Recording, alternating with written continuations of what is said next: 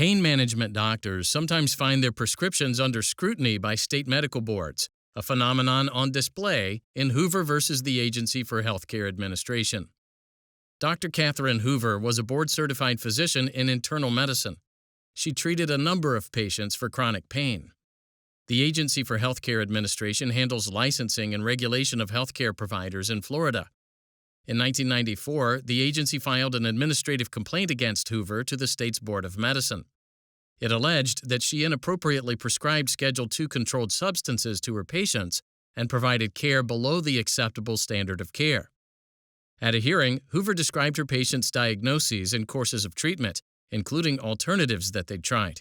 She said that her patients improved markedly under the medications she'd prescribed and that she was monitoring them closely. 2 pharmacists and another physician agreed that Hoover's treatment was appropriate for these patients. Hoover testified that her prescription levels were lower than those federally approved for cancer patients with intractable pain.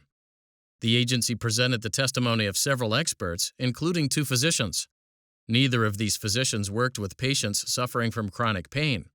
They didn't examine the patients or their medical records and admitted that without this information, they couldn't accurately assess Hoover's treatment plans.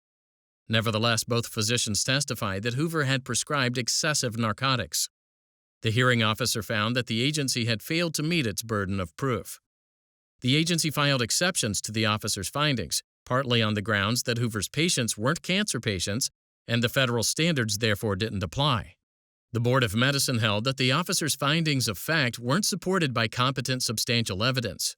It amended the officer's findings of fact and concluded that Hoover had violated state law. The board disciplined Hoover with a reprimand, a fine, continuing medical education on drugs, and 2 years probation. Hoover appealed to the Florida District Court of Appeal.